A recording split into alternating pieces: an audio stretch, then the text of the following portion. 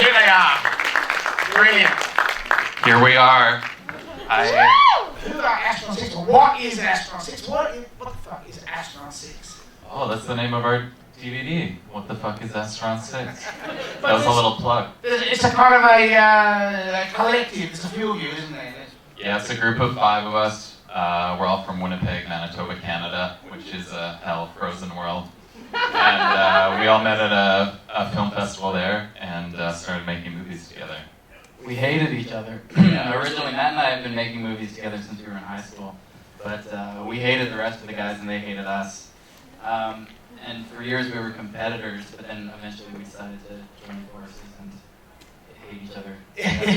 But on this film, I mean, like the other ones were actually directed by just as Astron 6, whereas this one is yourself and Adam. Only Father's Day was Astron 6. The rest of all of our shorts we would trade off. So, and we've kind of decided to go back to doing it that way too, because Father's Day was so chaotic. Yeah. And so this is the first feature we've done since deciding to do that, to go back to certain people directing, and then the rest of us just taking part. Might happen again. Just Astron 6? We'll see. And the genesis of this idea, how did it come to be? It's such a brilliant idea. There's so much love in there. Thank you.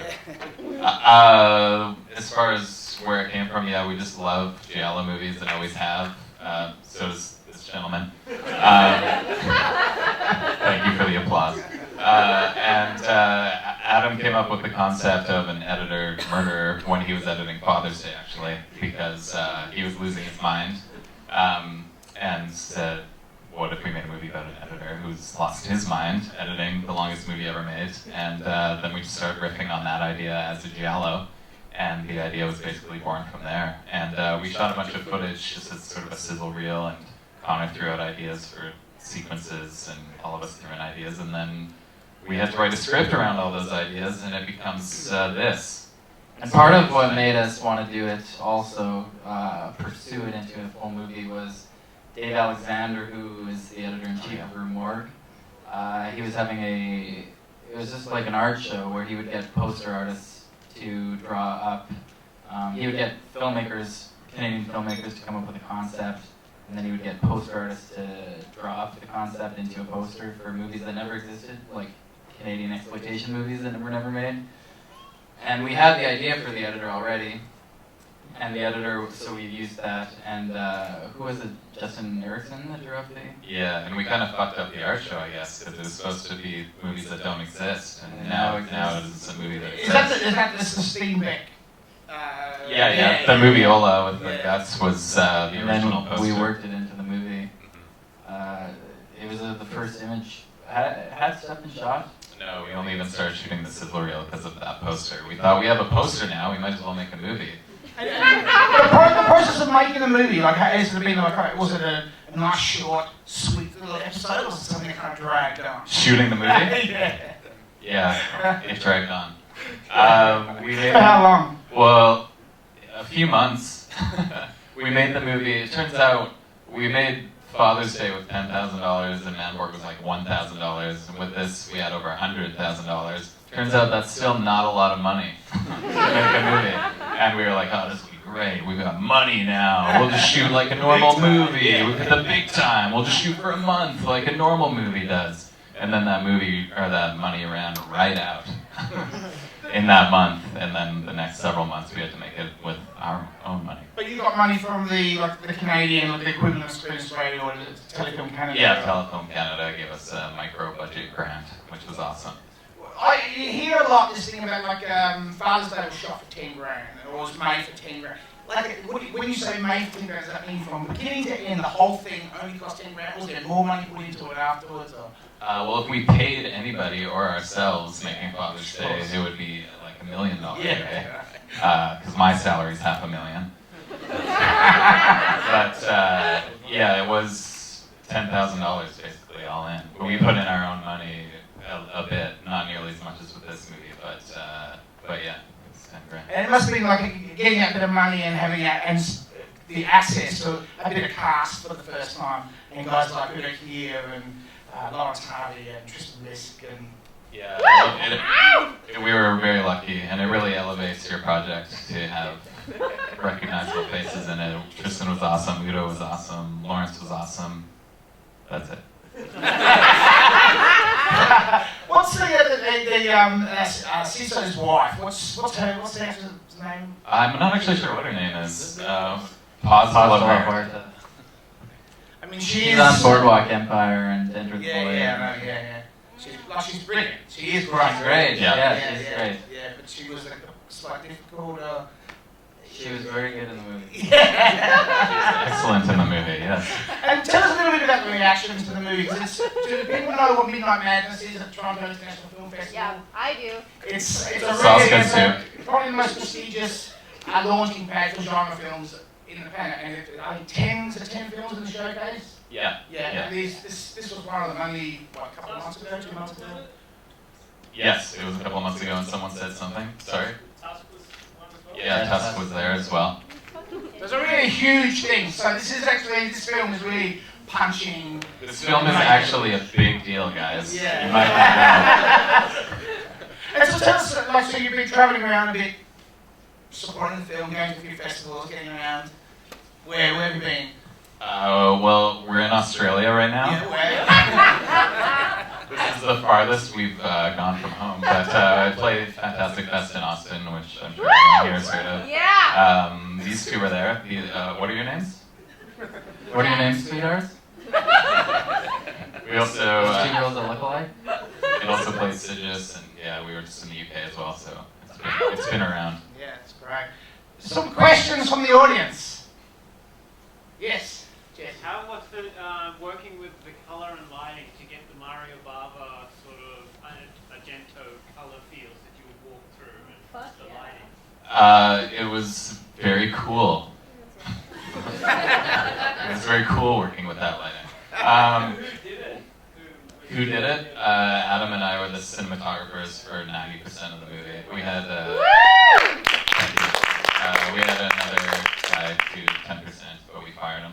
And yeah, we shot Father's Day, as you know, if you've seen it, very the same style. So that was kind of the practice round for shooting the Suspiria / Bava Fulci style.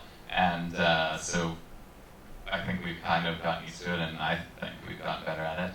And yeah, it's hard, actually. The production design as well it's absolutely spot on. In all of your films, it is. So who's responsible? Who is the production designer? Is it one person or is it the whole? It's team? All of us, yeah. Yeah, we Our parents painted and built a bunch of the yeah, sets. me and my parents and Matt's parents designed like the color scheme of the apartment and painted it.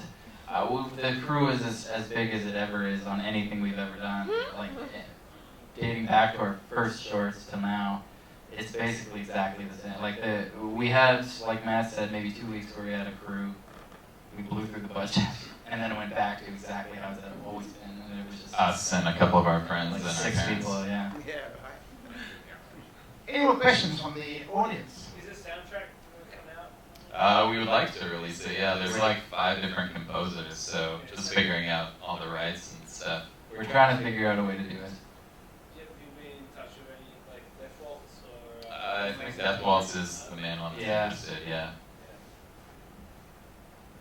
Anyone else? Oh, yeah. Odd question, but will we get to see some more laser ghosts? No. I doubt it. I doubt it. We'll see. What are you guys working on currently? Have you got something, a new project you're about to? Matt and I just wrote a script that we're trying to get picked up. It's a 1980s summer camp movie. And yeah, we're just trying to sell it. It's really funny, and we're trying to attach somebody so that it'll make it easier to sell it. But I guess we're trying to make it more than sell it. So it sounds like we want someone else to make it, so sell it to Universal. we would like to make it. We're trying to make it Yeah. in this business. This guy here. Yeah, I was just wondering what it was like doing the old dubbing Giallo style. And It was awful. It sucked. What is everyone in the movie? Did they all do Their own the dubbing of their voices? voices? Not everybody. Almost everybody. Yeah, who didn't? Tristan Tristan did. didn't. And lots of people who have small parts. And there's lots of people who will do like lines. There will be missing lines of people, and that so we would get somebody to do an impersonation of that actor, and I can't notice it, but it sucked because we did it without a guide track for almost all the movie, which was so stupid of us. Because we improvise a lot, the three of us do. So there was stuff, you can see it, where I didn't know what the fuck I was saying. So we would either make stuff up or we would watch it, Matt and I would watch it frame by frame and try to figure out what I was saying. And it was so bizarre. And there's scenes where you can tell we just made up a new joke. It's authentic though. It is authentic. Oh, yeah, They didn't have you a must have made the guide post-production period really long and Yeah, complicated. we thought it was a good idea and it wasn't. It turns It out. definitely works though. Yeah, I don't know how they did it, but I guess the Giallo movies don't really line up, and now we know why. They Yeah. They're like, I don't know what I'm saying. And Clint Eastwood talks about it. He talks about how he didn't know what they were saying in the spaghetti westerns and stuff. And that he would say as little as possible. So that it wouldn't get caught. Yeah. He wouldn't get caught doing what we got caught doing. Anyone else have a question? Yes. One thing I like about both movies is that there's a lot in the stories, like there's a hell of a lot of scenes compared to a lot of horror movies. What kind of inspired you in that to do stories that detailed and that Complex. Yeah, we just like to give everything a lot of scope because it comes from insecurity as filmmakers, so we just want to pack in as much bullshit as we can and just keep the story wild and taking lots of turns. It turns out that makes your movie a lot harder to make because then it has 1,000 locations and 100 characters. So it really makes you understand why so many indie horror movies are all in like one house with 3 characters because it's hard to make a movie this way. It's. I think part of it too is it's chaotic because there's multiple voices that write it, and our inspiration comes from so much. Like it comes from like many different genres, and comedically we really like stuff like Zucker Brothers, like Police Squad, and that kind of thing. And there's so much going on. Like it's just packed with jokes every scene, like background, foreground, and we always, in this especially, we tried to do it like in the studio stuff. There's constantly shit going on, and the more times you watch it, you'll see jokes everywhere. So we, yeah, it's kind of. I don't know if anyone noticed the nudity in the background. That comic timing, was that there from the start, or was that something that's just been developed because you've worked so much together? Because We were just born that way, I think. Yeah. We're just born funny. But it can be funny, but to actually get that on film is actually it's a different thing. Yeah, we are always bouncing ideas off of each other and improvising together, so it just kind of comes naturally when we act together at this point. Yes. Getting away from, could there be a follow-up to Fathers? There would be if someone wants to give us a lot of money to make it, yeah. We would need to get the rights Oh, back. yeah, I forgot. We would have to get the rights back to Father's Day. We have ideas. We would love to make a Father's Day sequel. We do have the rights to the sequel, so. Oh. So So just we could call it Father's Day too? Yeah, I think so, yeah. We have rights to remake and sequel. Does somebody want to produce it? I'll give it a go. Okay. There you go, there you go, on there. Do you have like 500 grand? Hey, Am with so many creative voices kind of all writing and creating one thing, I mean, who gets the final say? Is there ever conflict where, you know... We don't argue much. We just solve by a vote. Yeah, usually. it's just a democratic process. It doesn't matter how strongly somebody feels about an idea. If we get downvoted, that idea's out. And then it's just a passive aggressive. Well, fuck it. If everyone doesn't like it, fuck it. So is everyone as involved with this one as they have been on, say, Manborg and Father's Day? Steve and Jer were busy, so they were less involved. They still had parts in it, but they were less involved. They were in Father's Day. And They're not living in Winnipeg now, are they? Or? They're not, They're in no. Toronto. They work on real movies. Like Steve works on Hannibal, and Jared, he worked on like Pacific Rim. Yeah, they were both on Pacific Rim. Right. So, Holy shit. Yeah, Steve's awesome. Damn, I wish yeah. Steve was here. Chapping it. Apart from the wonderful Cronenberg references, particularly the Videodrome ones, is there something distinctly Canadian about the sensibility of your filmmaking, do you think? I don't know. We've been asked this before, and it's hard to answer as a Canadian, as the Canadians that made it. But There's a lot of weirdness out of Canada. yeah, There is and a lot of weirdness. specifically in almost everything we do. I don't know if you guys have heard of the show Kids in the Hall, but we grew up on it. It was a sketch show in Canada. It was really dark, and it What was it called? Kids in the Hall. It was like Dave Foley and Scott Thompson. But we grew up on it, so we were kids watching it, and it's fucked up. Like there's a lot of genre mixing. They'll go super dark and violent and scary, mixed with very silly comedy. And yeah, that's what like as young children we were watching this kind of horrific, but very funny stuff. Sorry. We grew up watching Grassy. You guys have that's Canada. We still have it. I think it comes from the like hysteria of being locked up for 6 months out of the year Yeah, in yeah, you're freezing You're cold awesome. weather. Yeah. Yeah. Dude, Yeah. there's something about very the crazy. Canadian style that reminds me of Kiwi style as well. There's something, I don't know, there's a kind of a sweetness. You can do something quite sick, but have a very kind of sweet centre to it at the same time. Something kind of, there's something lovable about it, which, I don't know, Australian stuff doesn't seem to have that. But Kiwi stuff does, like the early Peter Jackson stuff. There's a lot of fantastic Kiwi stuff. Yeah, and Australians are cool too. Yeah. Oh, yeah. We saw What We Do in the Shadows, and it's one of Like the our best favorite movies we've movie. ever seen. Yeah. What was that one? What We Do in the Shadows. Yeah. Fuck, it was good. Yeah. If you guys want to see a good movie, go to that instead of this. It's too late. Any other questions? Yes. Yeah, as you saw, a lot of real spiders. Yeah, there's just a crazy lady in Winnipeg who has 100 and something different species of spiders in her house. And no teeth. And no teeth. Spiders in your house and that? She has more than you guys. She has more than you, so Yeah, Whoa. but she was just happy to have her spiders in a movie. And sorry, could we have these women removed?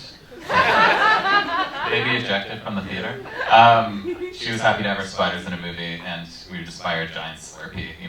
She would be pumped on that, and she would be like, Winnipeg "Yeah, is my the Slurpee capital of the world, I believe. yeah." True. That's Do you guys know what a Slurpee We is? do, but you make them outside. You just leave them like the. Yeah. Yeah. They just occur naturally. Yeah, they're Yeah. Carry around a drink in Canada. It becomes Turns a into Slurpee. slurp. Any more questions? Yes. One at the back, and then. Go on. Is it awkward asking people to get nude on camera? Not really anymore. It was the first time we did it. First time we did it was Father's Day, but we're used to it now. We get naked Yeah. and stuff, so I think it makes our actors more comfortable. The first time's always awkward, and then you figure yourself out, and it becomes more comfortable. You always have good nude. I must admit, like. Thanks, man. I enjoy your nude. Mine specifically. Yeah, yours particularly. Yes, Miss Champion. Yeah, with some of the casting, like Udo here, do you go after them specifically, or do the opportunities just sort of present themselves to you? Yeah, we went after definitely Udo specifically. And Lawrence. Yeah. And Paz, basically. And Udo, his agent was like, he's probably not going to do this because of the price, right? Yeah, he said that he wanted like a ton of money, basically, his agent, but then Udo was right into it and wanted to do it, so he pushed his agent to make that lower price. Yeah, he liked the script, and he said that at this point in his career, all he wants to do is weird stuff, is what he said. He just wants to do weird movies because he's been doing it for so long. So he'll only do stuff that interests him and that he thinks is weird. So, and he was awesome. He was And so good. how long did you have him in Canada for? Was he stay for a couple of days? Or? He was there for 5 days, I think, and on set for 2 And he was or 3. good to work with, pleasant. Amazing, He was yeah. so good to work He with. stayed far later than he had to. We were trying to wrap him because we were shooting my angles and could shoot over anybody's shoulder, and he was like, "No, I'll stay." That's why would anyone else play stayed me? until like 5 a.m. when he wouldn't have to. He learned the names of all the crew. Like, not only the cast, but the crew as well. He knew everybody by name, and yeah, it was wild. Like, he took it really seriously. He came, he knew the whole script, which I can't say for every actor. For ourselves. For ourselves, yeah. Yeah, he knew the whole script. He had notes, and he was just funny and engaging, and he's great. I think Lawrence was a inspired choice as the priest. Lawrence is a fucking asshole. Such a priest. No, he's great. Yeah, he was amazing to work with as well. Any other questions before we wrap it up? Yes. Will you call Adam right now and ask him why he didn't come here? Yeah, what's he doing? Scared flying. Masturbating or sleeping or... Fuck him. Call him. Fuck that one. Thank See you. what- I have to see what time it is in Winnipeg, though. Who gives a shit? That's 4:30 in the morning. You're gonna love it. Do it! Well, if there's more questions, I'll do it while you guys talk. Any more questions while we're dialing? Yes. Connor, Ben. you did an awesome Aussie accent in Manborg. Yeah. Give us a bit. Well, I am Australian. This is a Canadian accent. You gave me that one in an interview. Fuck. Yeah. I get caught recycling jokes all the time. I'll do it. Are you going to come to the party after? Yeah. I'll do it then. Awesome. So is everyone coming to the party after I just did it after quietly. here? Yes. Yeah. Good. Come on. Tell them our merch is going to be there. Yeah, we're gonna merch there. The table I think is down now. It's not there anymore, but it will be at the party, and we still have posters and a couple of shirts, I believe, but not many. And I see that numbers are being dialed into this Oh, here we go. phone. Yeah, we'll also have the He's gonna really like this. It's not working. I don't know what the fuck I'm doing wrong. Oh, the reception in here is pretty bad, actually. I think I'm just dialing the number wrong. Sorry, guys. Really Next sorry, time. guys. Should have planned it. A last question. Anyone? No? Okay. Ask one more. This guy here, yeah. Did you specifically try and maybe tone it down? Because I noticed there was a lot less male rape in this one. I think that was something you should avoid because I think it was banned, wasn't it, Father's Day in Australia? It was banned. It was banned, and then there was cuts made, certain cuts made to it. But in New Zealand, it was banned permanently. They said there's nothing you can do. Yeah. They made this movie watchable by anybody. Aww. It's their loss. I guess. Sexist. Bad. Yes. I was just wondering how Josephine's death was done in like the technical sense. It was a real fire stunt. It was our friend Jen, who has helped us forever. She's tons of parts in the movie, just background parts and doubles. And yeah, that was a real fire stunt that she did, bare skin, and she didn't like it. You probably anticipated you were going to ring his prayer. I just apparently don't know how to call Canada from here. I keep getting like Spanish things on them. +1. How do I dial a freaking plus? 001? Hold that down. This? Hashtag? Hold it. I'm doing this. Oh, that person's leaving. They're done with this. That person's over It's it. not that one, actually. We're getting walked Yeah, out. fuck it. Anyway, look, guys, thanks so much for coming and showing this fantastic film. It's been Hey, thank you amazing so much for watching having it. me. Thank you. Thank you.